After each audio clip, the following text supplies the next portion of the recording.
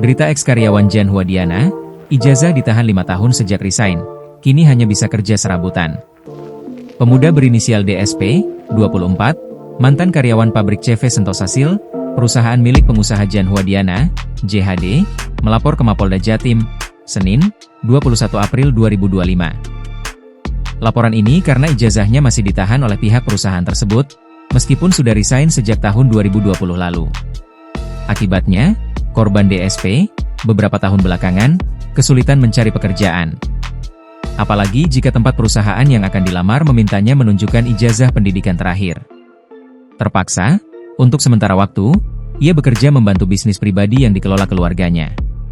Kendati begitu, DSP tetap tak legawa jika ijazah terus-terusan ditahan tanpa penjelasan. Apalagi, proses penahanan ijazah tersebut berlangsung hingga 5 tahun lamanya, setelah dirinya resign dari perusahaan tersebut. Saya kesulitan melamar kerja lagi. Karena ijazah ditahan. Karena untuk melamar harus bawa ijazah asli. Ya selama ini, akhirnya saya membantu pekerjaan orang tua yang sampingan-sampingan, ujar DSP.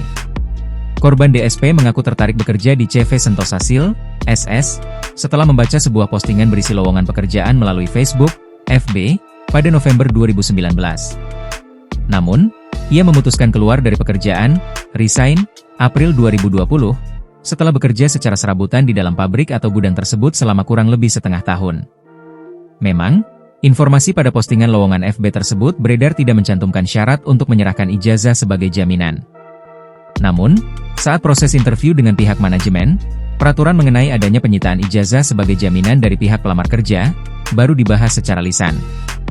Pihak manajemen berdalih, jaminan tersebut diperlukan guna mengantisipasi adanya praktik curang yang dimungkinkan bakal dilakukan si pelamar kerja tatkala sudah diterima sebagai karyawan.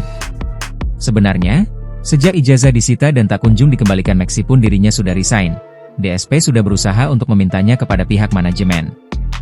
Manajemen tersebut adalah karyawan yang mengaku sebagai petugas personalia atau Human Resource Development, HRD, perusahaan UD.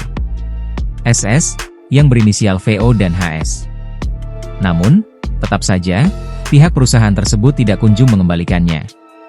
Bahkan, korban DSP pernah mendatangi langsung perusahaan tersebut bersama orang tuanya. Sementara itu, pengacara korban DSP, Edi Tarigan mengatakan, kliennya itu dijebak dengan klausul perjanjian tidak tertulis bahwa pelamar kerja yang telah diterima sebagai karyawan di perusahaan tersebut bakal ditawarkan 2 jenis pilihan perjanjian. Perjanjian pertama menjaminkan uang sekitar 2 juta rupiah dengan kemudahan proses penerimaan kerja tanpa harus menyerahkan ijazah sebagai jaminan. Perjanjian kedua menjaminkan lembar ijazah asli tanpa harus menyetorkan uang sekitar 2 juta rupiah. Namun, tambah tarigan gaji si karyawan bakal dipotong sebanyak sekitar 1 juta rupiah setiap bulannya. Pemotongan gaji klien kami, ada bukti. Dilakukan setiap bulan. Mas DSP bayaran 1 minggu Rp400.000. Meskipun setelah dipotong di awal, sampai sekarang ijazahnya belum diambil, ujar Edi. Itulah mengapa, lanjut Tarigan pihaknya mendampingi korban DSP untuk membuat laporan ke SPKT Mapolda Jatim dengan terlapor berinisial VO dan kawan-kawan. Sosok tersebut merupakan pihak manajemen yang mengaku sebagai HRD atau yang bertanggung jawab atas proses rekrutmen karyawan. Download Tribun X sekarang, menghadirkan lokal menjadi Indonesia.